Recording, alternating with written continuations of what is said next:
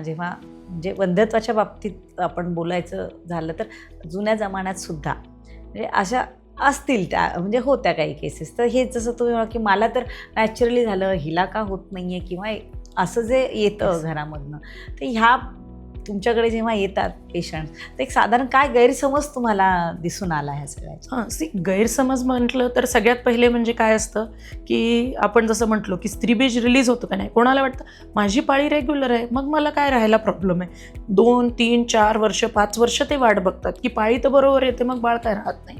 तर नुसतं पाळी बरोबर येणं नाही, तुमचं ओव्हेरियन सायकल म्हणजे तुमचं स्त्रीबीज रिलीज होतं आहे की नाही, ते तुम्हाला जर स्त्रीबीज रिलीजच नाही झालं, ज्याला आम्ही अनओव्युलेटरी सायकल म्हणतो, तर मग प्रेग्नन्सी कशी राहणार.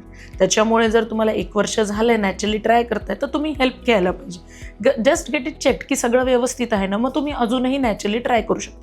पण तुमचं ओव्युलेशन होतं आहे की नाही हे चेक करणं खूप गरजेचं आहे. कारण साधे सोनोग्राफीमध्ये समजून येतं की ओव्युलेशन होतं आहे की नाही, आणि मग कसं आहे पुढची सगळे कॉम्प्लिकेशन्स त्यामध्ये टळून जातात.